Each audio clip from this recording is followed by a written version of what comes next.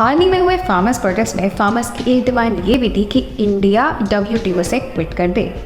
2013 से WTO द्वारा कई डेवलप्ड कंट्रीज इंडिया जैसी डेवलपिंग नेशंस पे प्रेशर क्रिएट कर रहे हैं उसकी फार्म सब्सिडीज को कम करने के लिए। इंडिया चलाता है वर्ल्ड का one of the largest subsidy and food procurement program, जिसके तहत मिलियंस ऑफ फार्मर्स और कंज्यूमर्स की health care, socio economic development और कॉन्स्टिट्यूशनल राइट्स को अश्योर किया जाता है।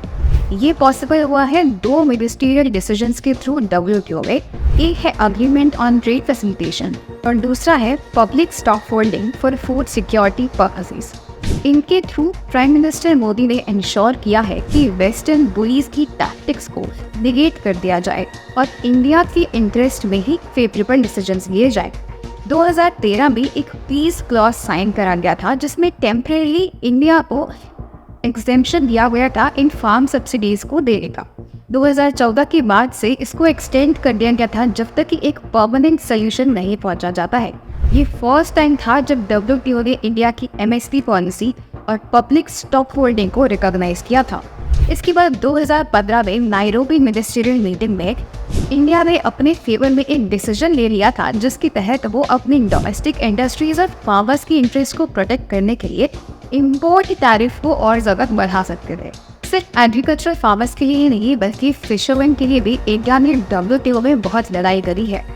जहां डेवलप्ड कंट्रीज इंडिया पे प्रेशर बना रही थी कि फार्म सब्सिडीज फिशर्स के लिए और ज़्यादा कम कर दी जाए, वही इंडिया ने हाईलाइट करा कि डेवलप्ड कंट्रीज पर फिशरमैन करीब 80,000 USD सब्सिडी प्रोवाइड करते हैं और इंडिया सिर्फ 38 USD सब्सिडी प्रोवाइड करता है। इस डिफरेंस के चलते वेस्ट को कोई हक नहीं है कि इंडिया पे डिक्टेट करे कि उन्हें अपनी सब्सिडी कैसे दी जानी है।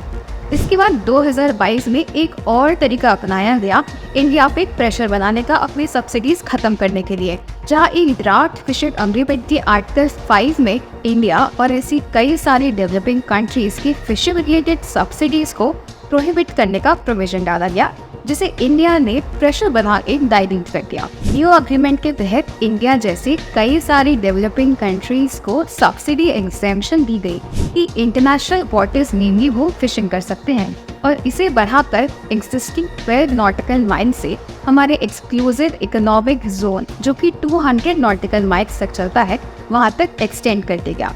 साथ ही इंडियन वाटर्स में अगर कोई इलीगली या फिर अनरिपोर्टेड फिशिंग करता है उसको भी प्रोहिबिट कर दिया गया, जो कि इंडिया के इंटरेस्ट की अगेंस्ट जाता था और अब इस एग्जेम्पशन के तहत इंडिया अपने फिशरमैन के इंटरेस्ट को प्रोटेक्ट कर सकते हैं। मोदी गवर्नमेंट की लड़ाई इंडियन और ग्लोबल इंटरेस्ट के लिए यहाँ पे खत्म नहीं हुई थी।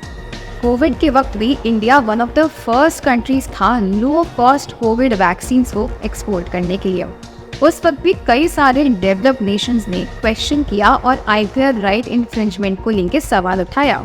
उस वक्त कॉमर्स मिनिस्टर पीयूष गोयल जी ने पूछा कि ये क्या हिपोक्रेसी है ग्लोबल नॉर्थ की, जहां वो ग्लोबल ह्यूमन राइट्स की बात करते हैं वहीं इतने बड़े पैंडेमिक के वक्त डेवलपिंग कंट्रीज में लो कॉस्ट कोविड वैक्सीन पहुंचाने को लेकर वो बखेड़ा खड़ा कर रहे हैं। इसी के साथ जब डेवलप्ड कंट्रीज में second round of covid doses शुरू हो गया था, पीयूष गोयल जी ने हाईलाइट करते हुए बताया कि उस वक्त तक काफ़ी सारे डेवलपिंग कंट्रीज में first round of Covid vaccine भी नहीं पहुंचाया गया था। 2020 से ही इंडिया अफ्रीका के साथ मिलकर WTO में पेटेंट वेवर्स की गुहार लगा रहा था, जहां फाइनली 2022 जून में WTO ने 5 साल का पेटेंट वेवर एक्सेप्ट करा। लेकिन इंडिया इसे पार्शियल विक्ट्री मानता है क्योंकि ये सिर्फ वैक्सीन पहुंचाने के लिए पेटेंट वेव किया था, डायग्नोसिस और ट्रीटमेंट और बाकी टेक्नोलॉजीज डेवलपिंग कंट्री तक पहुंचाने के लिए नहीं। हाल ही में यूरोपियन यूनियन ने अपना कार्बन टैक्स अनाउंस किया है। अगर हम ध्यान से देखेंगे तो इसमें वो प्रोडक्ट्स हैं जो कि मेजॉरिटी डेवलपिंग कंट्रीज एक्सपोर्ट करती हैं। मोदी सरकार ने भी अपना प्रोटेस्ट इसके अगेंस्ट रजिस्टर करा है और साथ ही कहा है कि ये मल्टीलैटरलिज्म की स्पिरिट की अगेंस्ट है। ई-कॉमर्स की अगर बात करें तो 1998 में declaration on global electronic commerce sign किया गया था, जिसके बाद से आज तक कभी डिजिटल डिवाइड की कोई बात नहीं करी गई है। 2021 में इंडिया और साउथ अफ्रीका साथ में आए जिन्होंने जॉइंट कम्युनिकेशन पॉलिसी इशू किया।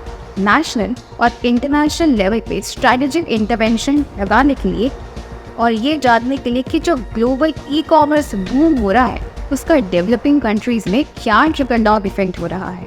जब तक ये कॉन्वर्सेशंस नहीं होगी और इक्विटेबल एक्सेस नहीं मिलेगा टेक्नोलॉजीज का डेवलपिंग कंट्रीज को, तब तक डेवलप्ड कंट्रीज अनफेयरली बेनिफिट लेती रहेंगी डेवलपिंग कंट्रीज से और रूल्स एक तरफा हो जाएंगे और बिग टेक फर्म्स सिर्फ अपने टेक प्रोडक्ट्स डेवलप करने के लिए डेवलपिंग कंट्रीज का इस्तेमाल करते रहेंगे। इसके साथ में इस कॉन्वर्सेशन को और ज़्यादा आगे ले जाने के लिए मोदी गवर्नमेंट ने डेवलपिंग कंट्रीज़ के साथ वर्क किया है प्रमोट करने के लिए डिजिटल पब्लिक इंफ्रास्ट्रक्चर को, अपनी डोमेस्टिक इंडस्ट्रीज़ को और ज़्यादा स्ट्रॉन्ग बनाने के लिए और डिजिटल टेक ट्रांसफर्स के लिए डेवलपिंग कंट्रीज़ के ही अंदर। WTO बैक्ड 1998 का ये डिक्लेरेशन डेवलपिंग कंट्रीज़ को बैन करता है डिजिटल ट्रांसमिशंस जैसे कि वीडियोस, गेम्स और सॉफ्टवेयर के ऊपर हाई इंपोर्ट टैरिफ्स लगाने के लिए, जो कि डायरेक्टली डेवलपिंग कंट्रीज़ की डोमेस्टिक इंडस्ट्रीज़ को अफेक्ट करता है।